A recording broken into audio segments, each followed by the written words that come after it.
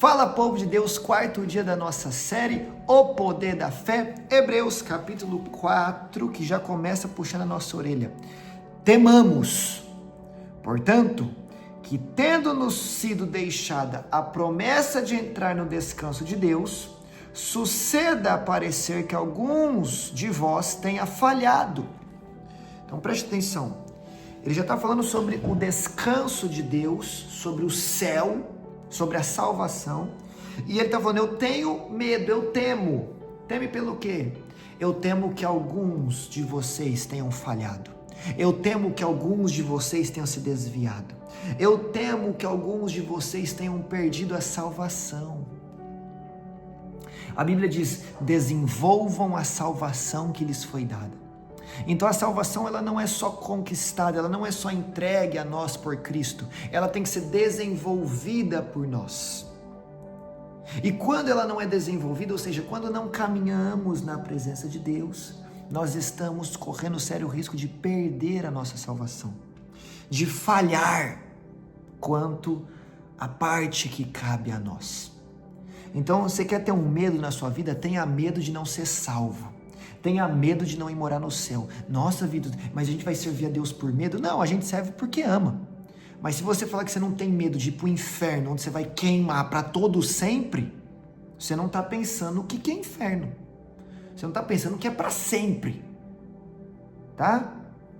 Coloca a mão no teu fogão aí. Coloca a mão no teu fogão. Fica 5 minutos com a mão no fogo. Para ver se você já não vai querer tirar a mão dali.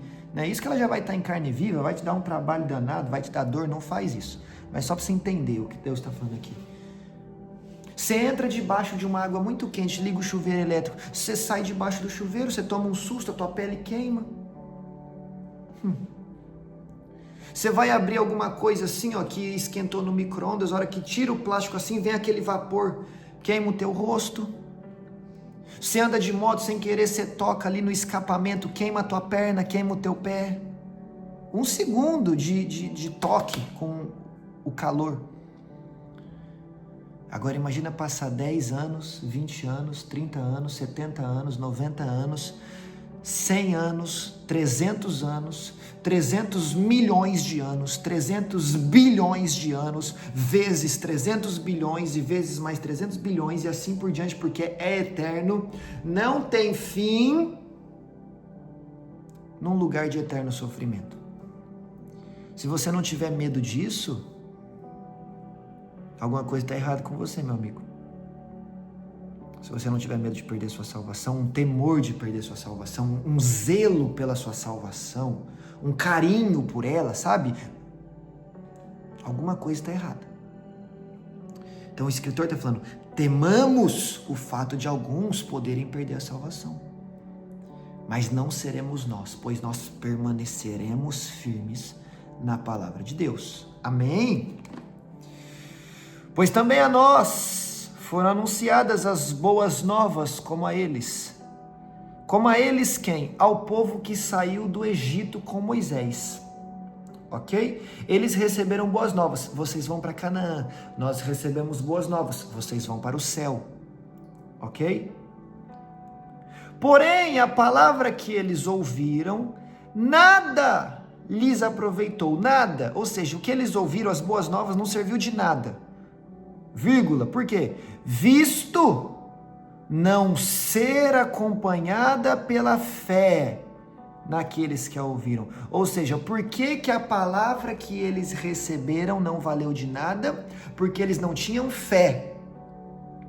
Então, ele está comparando o povo que recebeu boas novas saindo do Egito indo para Canaã conosco, que recebemos boas novas saindo do reino das trevas e sendo levado para a maravilhosa luz de Cristo Jesus, o reino de Deus, o céu. Agora, quando nós ouvimos as palavras de Deus e não temos fé, as palavras de Deus não valem nada. Por que alguém pode ler a Bíblia inteira e continuar sendo ateu? Porque não leu com fé, porque não desenvolveu fé ao ler. Então as palavras de Deus para um ateu que lê a Bíblia toda vale o quê? Não vale de nada. Não tem fé. Entendeu? Então, quando nós não colocamos fé no negócio, não dá certo. Irmão, a chave do sucesso da vida com Deus é fé. Tanto é que tem aqui embaixo, ó, os links aqui da Conexão 2640, a Escola de Desenvolvimento Espiritual para você crescer. Tem o link aqui do Poder da Fé, o meu livro. Por quê? Porque sem fé não existe vida com Deus. Não existe vida com Deus. Ok? Guarda isso no seu coração. Repete comigo ou escreve nos comentários. Sem fé não existe vida com Deus. Ok? Agora olha o versículo 8. Ora, se Josué... Por que Josué? Agora está falando de Josué. Porque Moisés morreu no deserto. Josué assumiu o posto de Moisés e levou o povo para dentro de Canaã, para dentro da terra prometida, para dentro do descanso deles. Ora, se Josué lhes houvesse dado o verdadeiro descanso, não teria falado disso outro dia. Por que a Bíblia está falando isso? Porque depois que Josué entrou em Canaã, a terra prometida, a Bíblia continua a prometer um descanso. A Bíblia continua a prometer uma terra prometida. A Bíblia continua a prometer um lugar. Ou seja, o maior descanso não é em Canaã, não é na promessa de Canaã. O maior descanso não é quando Deus cumpre uma promessa que Ele fez na sua vida aqui na terra, te dá um casamento, te dá uma empresa, te dá um ministério, não. A maior promessa é quando nós entrarmos no céu. 1 João capítulo 2, versículo 25. E esta é a promessa que Ele nos fez, a vida eterna. 1 João 2, 25. Ok? Então, a maior promessa de Deus, o maior descanso de Deus é o céu. Versículo 9. Portanto, resta ainda um repouso para o povo de Deus. Então, na terra nós já podemos desfrutar da paz que excede todo o entendimento, porém será ao entrar no céu que provaremos do real e verdadeiro descanso e eterno descanso. Ok? É no céu, então o nosso alvo é o céu. Nós estamos na terra, mas nós não somos da terra, nós somos do... Não, fala comigo. Nós somos do céu. É isso aí, nós somos do céu. Versículo 11. Procuremos, portanto, entrar naquele descanso, entrar no céu, para que ninguém caia no mesmo exemplo de desobediência. Porque o que aconteceu com o povo que saiu do Egito, liderado por Moisés e posteriormente liderado por Josué? Desobedeceu, não teve fé. Você vê que lá atrás nos exortou sobre o perigo de não ter fé. E agora nos exorta sobre o perigo de não termos obediências, porque fé e obediência andam juntas. Não tem como... eu obedeço a Deus, mas eu não tenho fé. Isso não existe. Eu tenho fé, mas eu não obedeço. Também não existe. Eu creio em Deus, eu só não sigo. Então você não crê. Você não é cristão. Você pode até ser crente, só que eu falo isso aqui sempre. Crente até o diabo é. A Bíblia diz no livro de Tiago que crente até os demônios são. Eles creem e tremem diante de Deus. Então não basta ser crente, tem que ser cristão, tem que ser discípulo de Jesus, imitador de Jesus, obedecer às palavras de Jesus. Ok? No inferno vai ter um monte de crente, um monte de gente que fala que crê em Deus, mas não obedece. No céu só vai ter cristão. Ok? Versículo 12, pois a palavra de Deus, isso aqui tem que gravar no seu coração, Hebreus 4:12, pois a palavra de Deus é viva e é eficaz, é mais cortante do que qualquer espada de 2 gumes, penetra a ponto de dividir alma e espírito, juntas e medulas, é apta para discernir os pensamentos e intenções do coração. Kalom plefaia. Jople, Kenuti, Rebaracia, Deus está aqui. Irmão, a palavra de Deus, ela é viva e ela é eficaz. Quando você lê isso aqui, você está lendo palavras vivas, está lendo uma coisa que funciona. O que é eficaz é que funciona, isso aqui funciona. Se você colocar isso em prática, isso funciona, isso dá resultado. Outra coisa, Vitor, como ouvir a voz de Deus? Será que é Deus falando comigo ou será que é o meu pensamento? Pensamento está conectado à alma. Ouvir a voz de Deus está conectado ao espírito. Olha o que a Bíblia está falando. A palavra de Deus faz divisão entre alma e espírito. Quer ouvir a voz de Deus? Conheça a palavra. Por quê? Porque Deus só vai falar com você coisas que estão dentro da palavra. Aí quando você ouvir uma voz de algo que vem e fala algo contra a Bíblia, você já fala, isso aí não é Deus não. Agora, quando você ouve uma voz que está baseada na Sagrada Escritura, você fala, fala, Senhor, que o teu servo ouve. Amém? Glória a Deus. E a palavra de Deus, ela é capaz, apta para discernir os pensamentos e intenções do coração. Então, quando você lê a palavra de Deus, a palavra de Deus contrasta com os pensamentos e intenções do coração humano. Entra em choque. Para quê? Para que a gente perceba que somos maus, percebamos que somos maus e mudemos de vida. Então ela sempre vai contrastar, ela sempre vai ficar contra os pensamentos e intenções carnais, humanas, pecaminosas.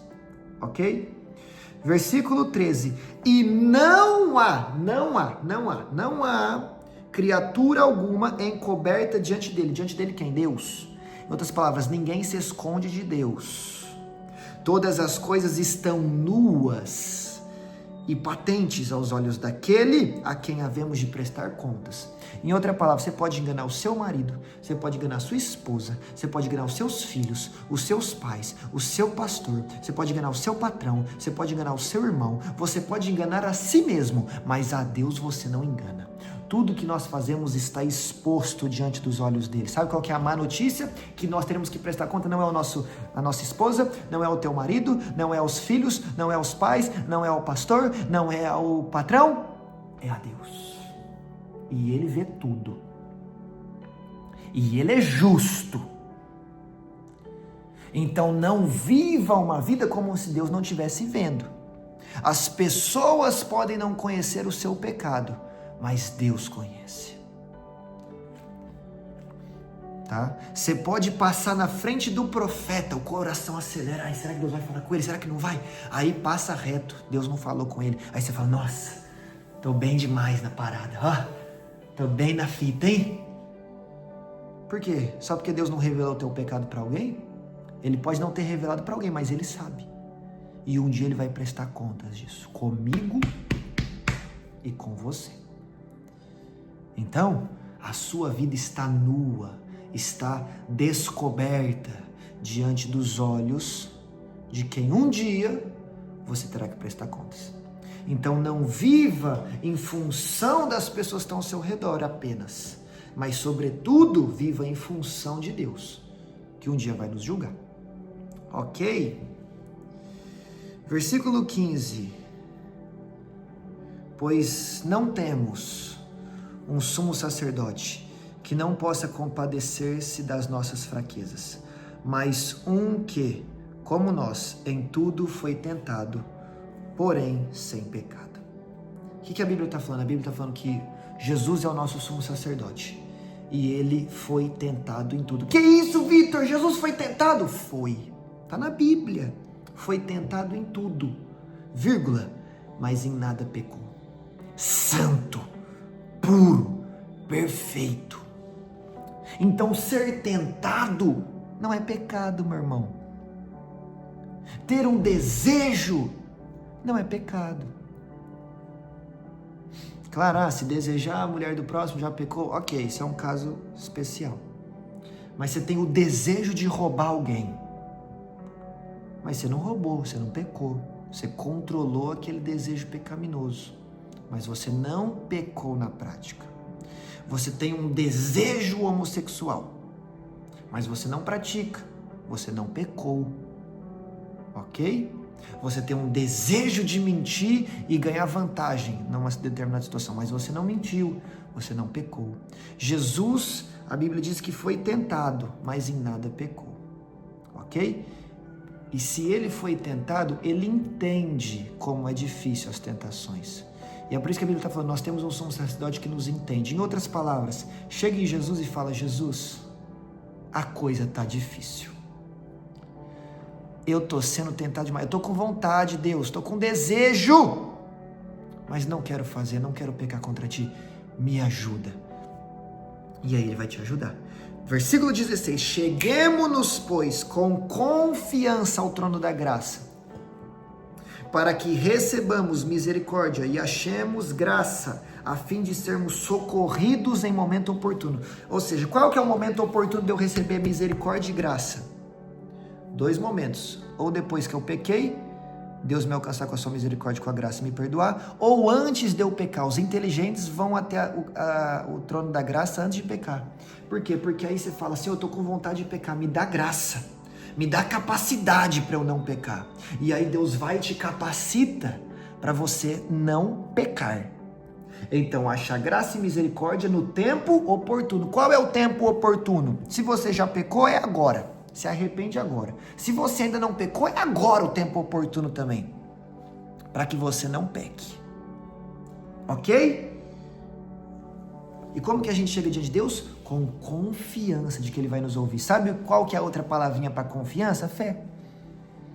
Com fé. Com a certeza de que Ele vai nos ouvir. Quando eu tenho confiança de que eu vou vencer um jogo de futebol, eu tenho a certeza de que eu vou vencer na minha cabeça. Eu tenho a fé de que eu vou vencer. Entre com confiança, assim, tendo a certeza que Deus vai te dar graça, que Deus vai te dar misericórdia. Ok? E atente-se para quê? Fechei a Bíblia. O capítulo começa falando sobre chegar no céu.